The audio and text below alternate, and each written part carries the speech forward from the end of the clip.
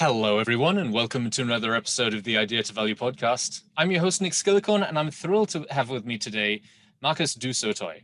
He is the Simonyi Professor of the Public Understanding of Science and Professor of Mathematics at the University of Oxford. He is also author of The Creativity Code, which I'm very interested in speaking with him about today, and recently a playwright. So not just the sciences, but the arts as well. Professor du Sautoy, it's wonderful speaking with you today. Oh, it's great to be with you. Welcome to the Idea to Value podcast, where in every episode we highlight the latest insights into creativity and innovation from experts around the world. I'm your host, Nick Skillicorn.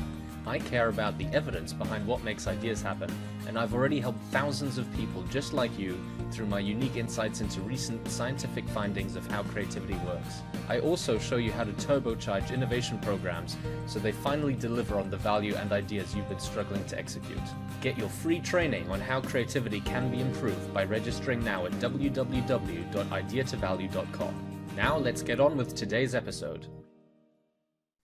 So for people who don't know about you or your work, could you just give us a brief background as to where you got started and how you got to where you are now? Well, yes, I'm a mathematician principally, but I fell in love with mathematics actually because I felt it was a subject which somehow bridged both the science and the arts. It is a subject where you can let your imagination roam free. You can create kind of worlds that may not be able to exist physically. So I kind of enjoyed the fact that mathematics was certainly the language of the universe. It helps you to understand where we live, and so for science it's incredibly important. But also it had a kind of creative side to me which also appealed. I've always, you mentioned theatre. I've always been somebody who enjoyed the theatre. I play a lot of music.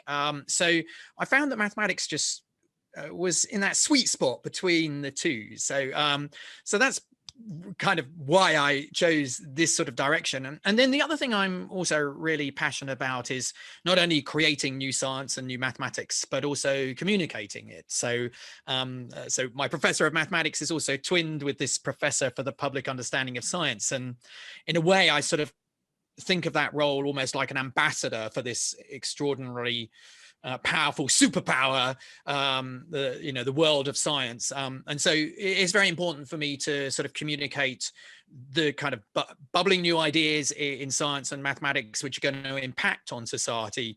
And I suppose that was, part of my role as that kind of ambassador is why I wrote this book, The Creativity Code, because, we got this extraordinary technology emerging over the last few years. Artificial intelligence was, it's been there for 40, 50 years, ever since Turing kind of came up with the idea of a machine that might be able to be intelligent. But we've been through sort of decades of AI winters, but I think we suddenly hit an AI heat wave. So partly the book was about trying to give the public the tools to understand what this new technology is, how it might impact on society. And I chose this interesting kind of lens of looking at whether the question of whether AI could ultimately be creative. I regard mathematics as a creative subject. Well, could AI be creative? Because after all, AI creativity is a sort of thing we regard as uniquely human, and surely the one thing that computers won't be able to do. So I thought that was an interesting kind of launch pad for this book to give it the ultimate challenge. Could this new technology actually do something that we regard as uniquely human? Some people would think, no, of course not.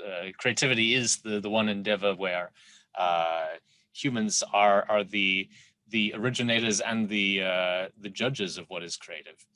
But there's been so many examples, especially over the last 5 years or so, of computers producing output which previously we would have thought are only possible by humans. What have you found when investigating this question? Well, I think the spark for me was seeing AI playing a game in a very creative way. So some of your listeners might remember this news story about a piece of code that was able to play the ancient Chinese game of Go, challenge the world's best Korean player, Lee Sedol. And in the past, this was a game that it was considered very hard to write code to play because professional Go players actually found it quite hard to articulate why they were making moves. There was a lot of intuition, a lot of pattern recognition of the stones on the board. For those who don't know how to play Go, this is a game played on a 19 by 19 grids where black and white stones are put down in turn. And somehow the idea is to try and surround more of your opponent's territory than they are of yours.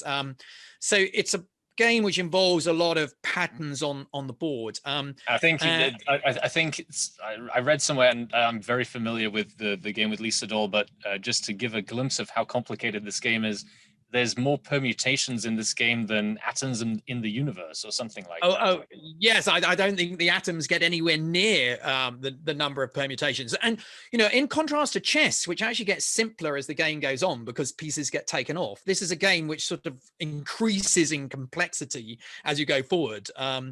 So traditionally, this is a very hard game to program up.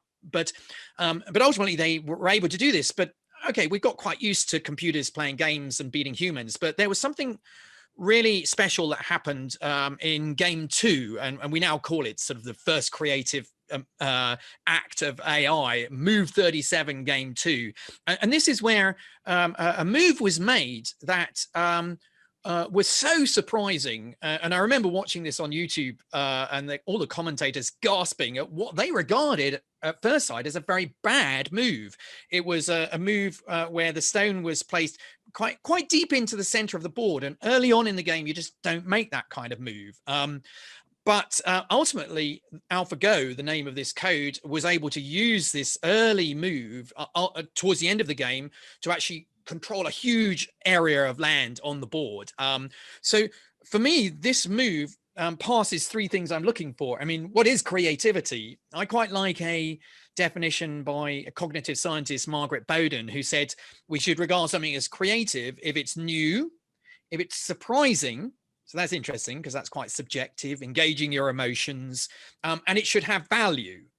So I think this move was certainly a new sort of move. It surprised everyone because everyone thought it was a bad move. But ultimately, you know, a game is a nice place where you can prove value because does it win or lose you the game? And there's something really important here because many people might say, well, hold on, that's the creativity of the human who coded the machine up. You know, the machine's just going through all of these if-then kind of decision-making process, but isn't the code human? And that's what I think has changed and why this is a really exciting kind of period for AI, because code in the past, yes, was written in a very top-down manner where, you know, humans wrote instructions and the machine just carried it out at speed and depth that perhaps we weren't able to. But we've now changed the way we're writing code, and people probably heard of this thing, machine learning or deep learning. And this is where code, after its interactions with data, is able to kind of rewrite itself, reparameterize itself, update itself, so that the code changes and mutates as it encounters new data, new situations. And so this is how the code AlphaGo was written. It was written by letting it play games, letting it look at human games. And so by the end of the learning process, we didn't know really what all of those instructions were. It had really kind of written its own program. And this is why, you know, I think if a human had seen that line of code, play on the 5th throw in from the edge this early on in the game, a human would have deleted that line saying, no, bad learning, weak move. So this, I really regard as the creativity of the code through its learning process, because a human would not have included that line of code. So that was what was so exciting to see, this machine learning giving rise to a new sort of move that ultimately has helped us humans to do things in a new way. We're playing this game in a new way. And I think for me, that's the really positive message of this book, The Creativity Code, is that we can use the AI to somehow show us new ways to do things. And so it can actually augment our own human creativity by offering us new alternatives that we may have not considered. I think actually, humans, we very often kind of repeat behaviors that have worked in the past. A musician will just repeat certain riffs, a painter, a particular style. I think we as humans often creatively end up more like machines, that we're just repeating behaviors. So what's really interesting is seeing AI almost like a catalyst for new creativity, kicking us out of our mechanistic way of thinking and offering us new possibilities. So it's this wonderful collaboration that I'm seeing emerging, where the AI is a wonderful new tool to help humans in their own creativity. Now, Professor du Sautoy, with all due regards, we're talking about a piece of software that plays a game on a 19 by 19 grid. That's not that valuable to the world in the grand scheme of things. But is it more about the way that this software was developed and what it could teach itself how to do? And what other avenues for codes being creative are there out there in the world? Yeah, I mean, I totally agree with you. It's a playing games, it seems not valuable to humanity, but it's often a good place to start to do experiments, and that was really the starting point for the book. And I wanted to see, absolutely, as you said, well, okay, a game that's not perhaps so interesting. Where else can it be creative?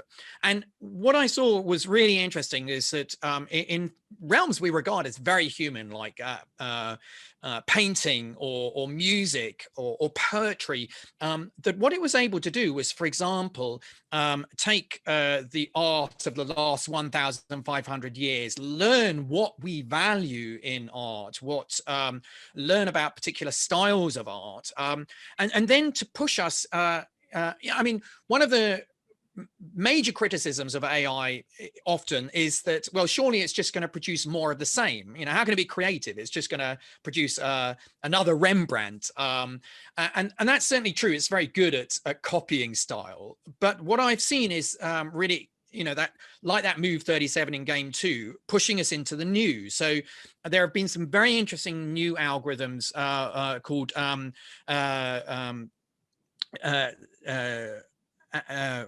GANs, they're generative adversarial network, and these are algorithms that are really pushing us into the new, because in a way they're two algorithms sort of working a bit like a game in competition against each other. And so, for example, in the world of art, where these GANs have been used a lot, people have probably heard about some of the AI art that's been sold at Christie's and Sotheby's. These have often been generated using GANs. And the idea is that an algorithm kind of learns the art of the last 1,500 years, becomes quite a good art critic, art historian, is able to classify style, but then is tasked with making something which breaks style. So it's really being pushed into the new. And then there's a discriminator algorithm, which then judges, well, is that new enough? Or no, I still recognize that, still pointillist art. Or has it gone too far? Is this actually just not something we regard as art? And these two algorithms working sort of in collaboration with each other, or competition perhaps, have been really pushing, for example, visual art into very interesting new realms. And a lot of human artists have been using these as a kind of, as a new tool. It's a bit like, I think this is a bit like the moment the camera emerged on the scene, and suddenly you've got a new tool to make things in a new way. And many artists are using this like a new paintbrush, or to make new offerings out of the world that we've created so far. And if you think about it, that's how a human artist works. They first immerse themselves in the art of the past. That's where Picasso started, and we see many examples of him copying style. But then he breaks that, and so I'm starting to see the algorithms behaving in a very similar way to the way that humans are creative. I think that many artists have talked about this idea of a sort of bubbling creative side and then a discriminator algorithm in their heads. And the two, you know, one judging, no, that's not good enough. The other one coming up with mad ideas. So I think it's interesting that these GANs, these generative adversarial networks, have really, I think, tapped into a way that the human brain is creative. I mean, I totally agree. If anyone's listening to this as a podcast, the music in the intro section and the outro section was actually generated by an algorithm as well, using a software called Jukedex.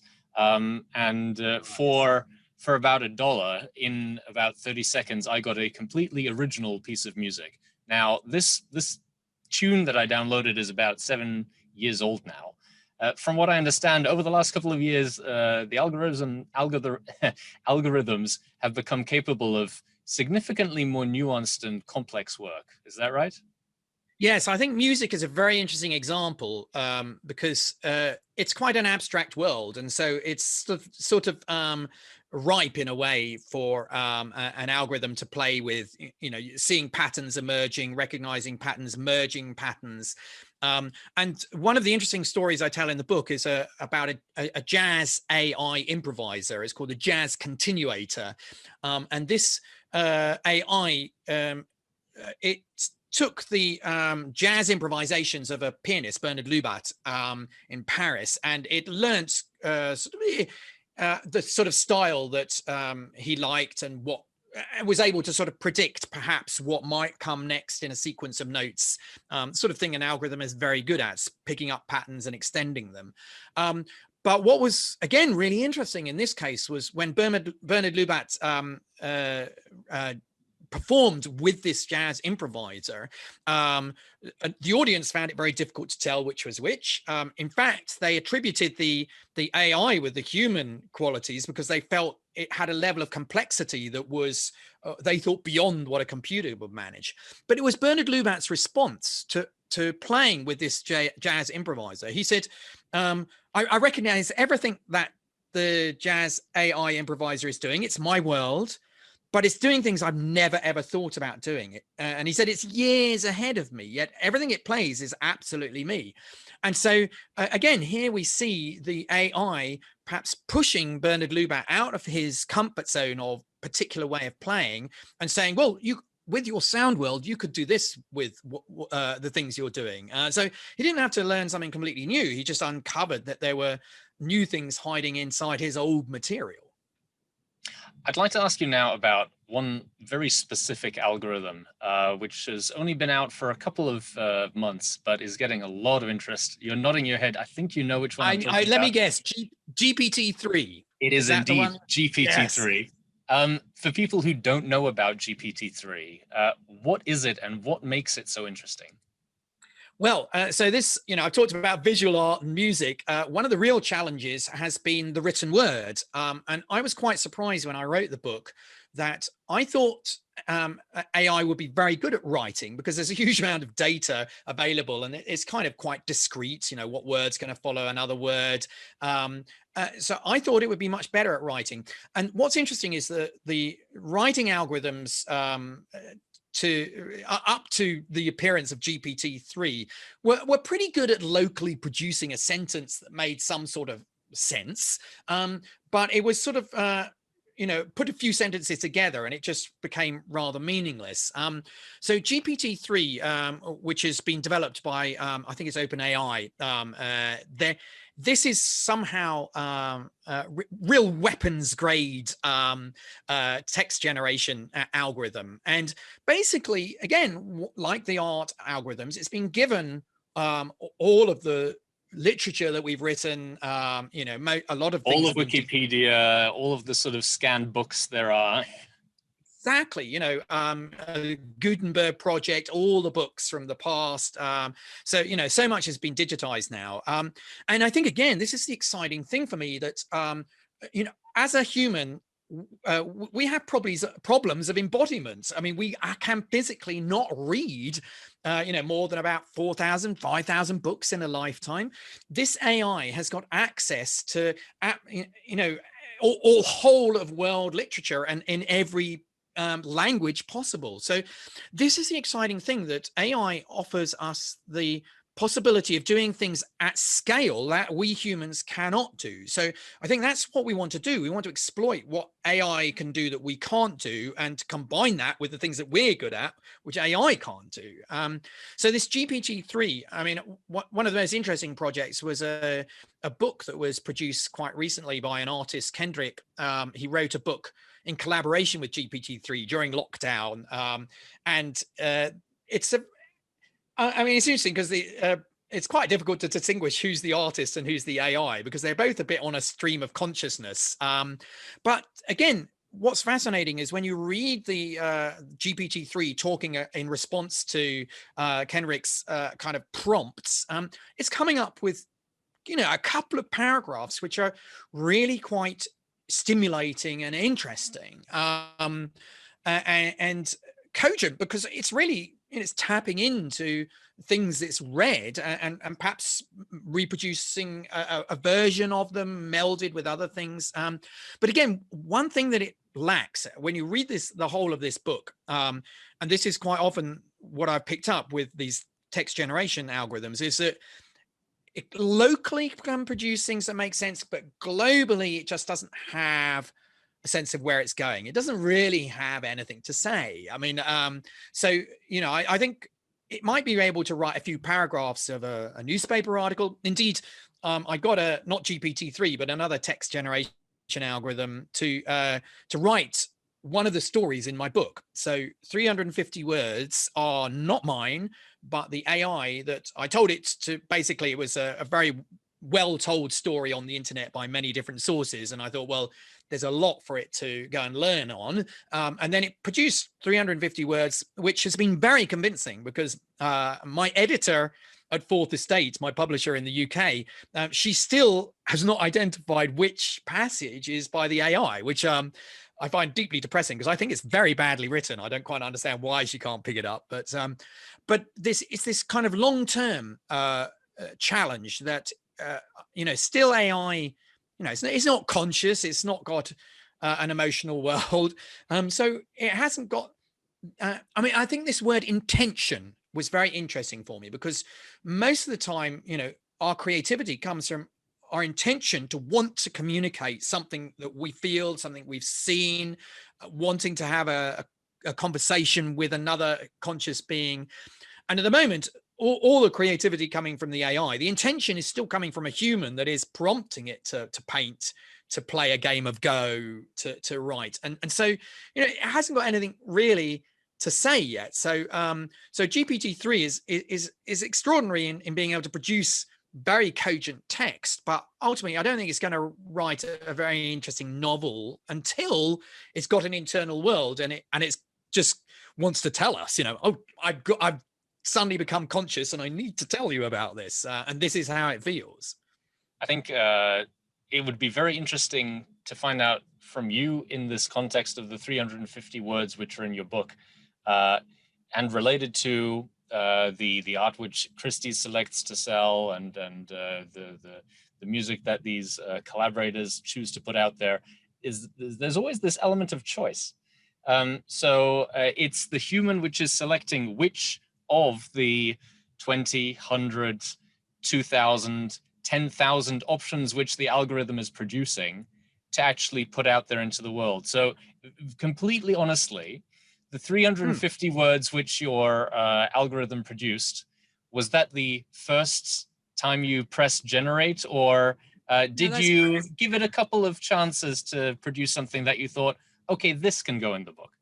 I think that's a very fair challenge. And in fact, in the book, I criticize quite a lot of projects which, say this had been generated by AI. And when I looked deeply at what was happening, there were so many choices being made by humans. The AI was offering 10 words, and the human would be choosing the most intriguing word to come next. So I think you're very right that we must be very careful of AI hype.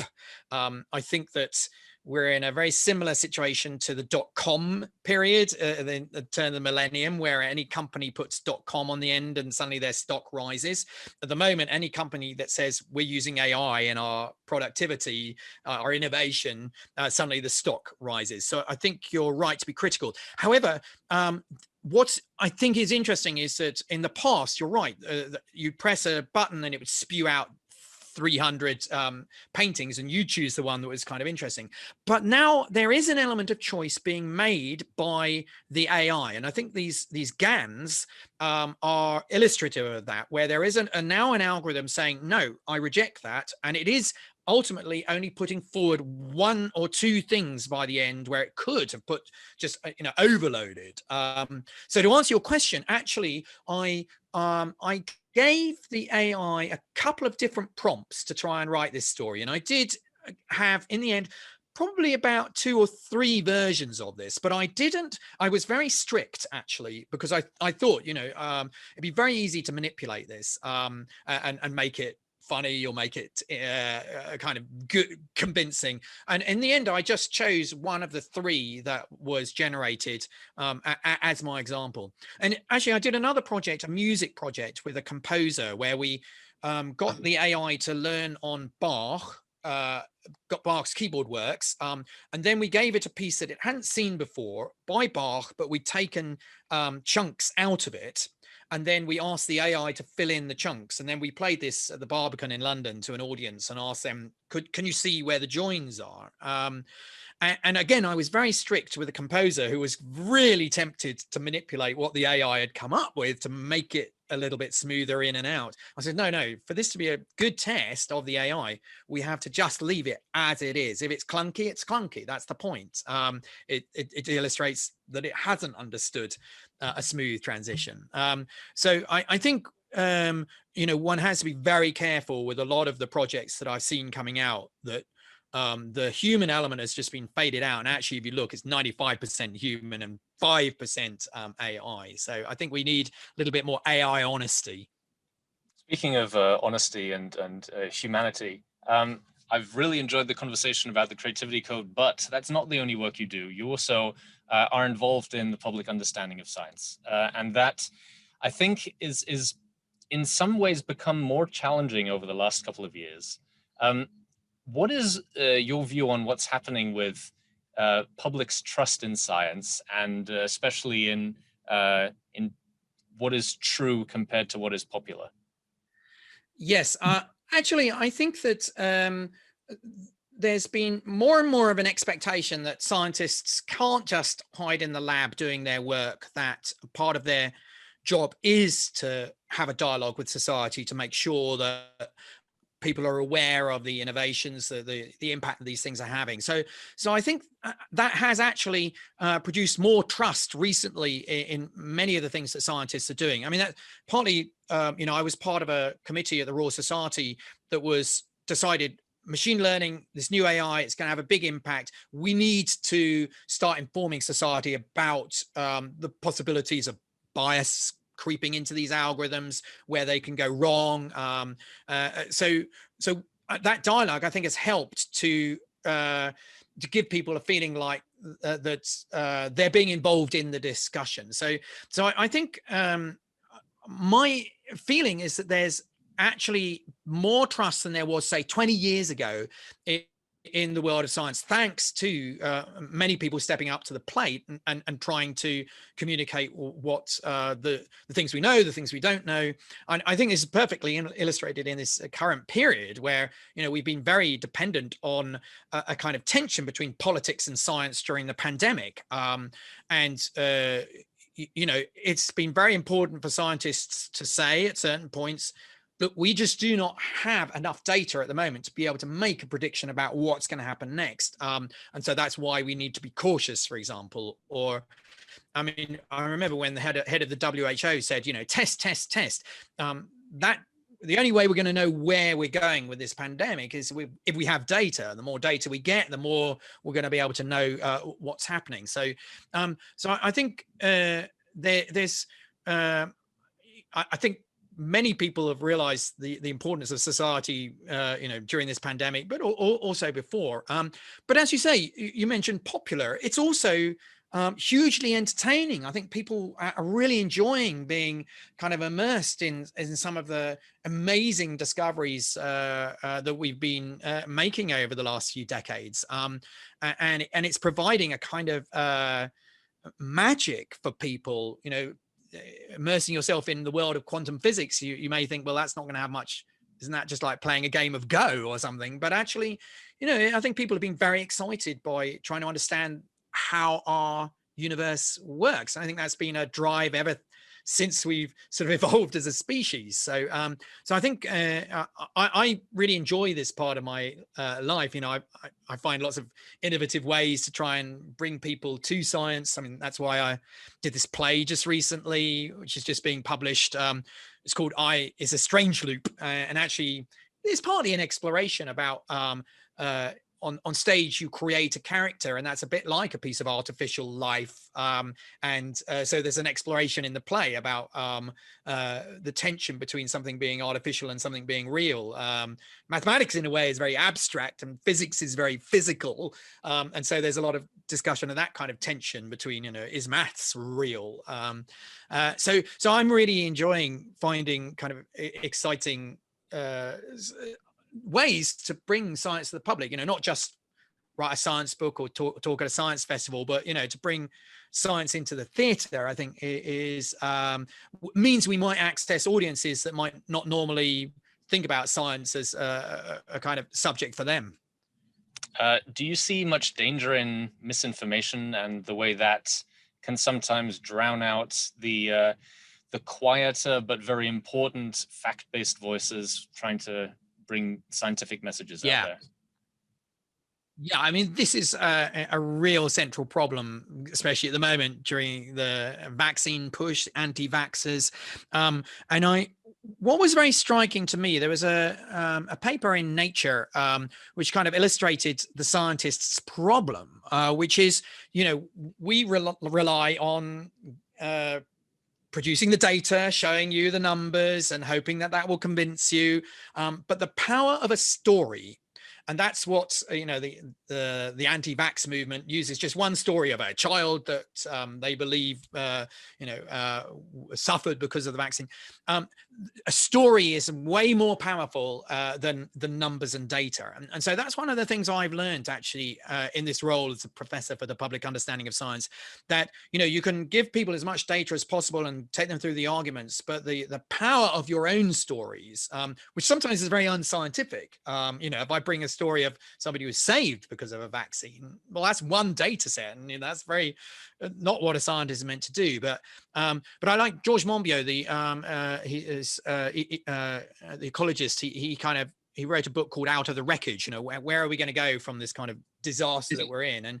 And he had a very nice phrase which I use quite often, which is, you can only replace one story with another story. And so I think that we've got to use those sort of tools probably to bring the stories that we want to be at the fore of people's minds. Speaking of bringing stories out there, you're best known for the Creativity Code recently, but I understand you've also got a new book coming out soon. Yes, I have. It's a sort of I would say a book which complements the Creativity Code in many ways, because a lot of people, when I'd written the Creativity Code, say, well, is there anything going to be left for us humans to do if it can even be creative? And so this book's called Better Thinking, the Art of the Shortcut. And it's a celebration of the subject of mathematics as the art of the shortcut, that in some ways a computer which has access to, fast processing, huge memory, often it doesn't have to look for a shortcut because it can just sort of churn its handle. Whilst we, because of our embodiment, we find, we just can't do the thought process that a computer can. So often we need to look for cunning ways to solve problems. And I think mathematics has been the subject which come up with a whole host of cunning shortcuts in order to navigate the problems that we humans encounter. And so it's a sort of it's a book trying to present some of these interesting kind of new ways of thinking that mathematics has come up with. I've also talked to other practitioners in other subjects to see whether they have their own shortcuts. Are they mathematical in character, things that I recognize, or are there things that you just cannot shortcut? So, for example, I talked to an international cellist who says, I cannot shortcut doing the practice because that's about getting something physically into my body, and changing your body requires kind of many hours at your instrument. So it was an interesting journey that, celebrating mathematics as the art of the shortcut, understanding that other subjects do have shortcuts, sometimes similar to my own, but other subjects where really you cannot get away from having to, put in the hours to learn that instrument or to climb that mountain. Absolutely. Professor du Sautoy, it's been wonderful speaking with you. If people want to find out more about you, your books, your work, what's the best place they can go to find out more? Yeah, I use Twitter a lot. I find that's a nice place. So I always sort of talk about the things I'm doing there, the events I'm involved in. I also have a website which has a lot of material on, links to videos on YouTube, articles that I've written. So that's www.Simonyi, which is spelled SIMONYI.ox.ac.uk. So I would say those are two good places to go and hunt down the books I've written, some of the other TV programs I've made, and other exciting things like the play. Perfect. I'll make sure to get all of those links down in the description below. Professor du Sautoy, it's been wonderful speaking with you, and I look forward to speaking again with you soon. Yeah, great. It was fun to talk. Thank you so much for listening. If you liked it, please like, share and subscribe, and leave me a comment about what you thought and what you'd like to see more about. If you want to take your creativity and innovation capabilities to the next level, then invest in yourself with the premium training only available at ideatovalue.com. These exclusive training modules have all been put together by me, Nick Skillicorn, and have been used by thousands of artists, innovation leaders and CEOs to become better at understanding the source of their creativity and executing on their innovation ambitions. And there is no risk to you, as they're backed by our money-back guarantee. Now, don't forget to go out there and make your ideas a reality. See you again soon.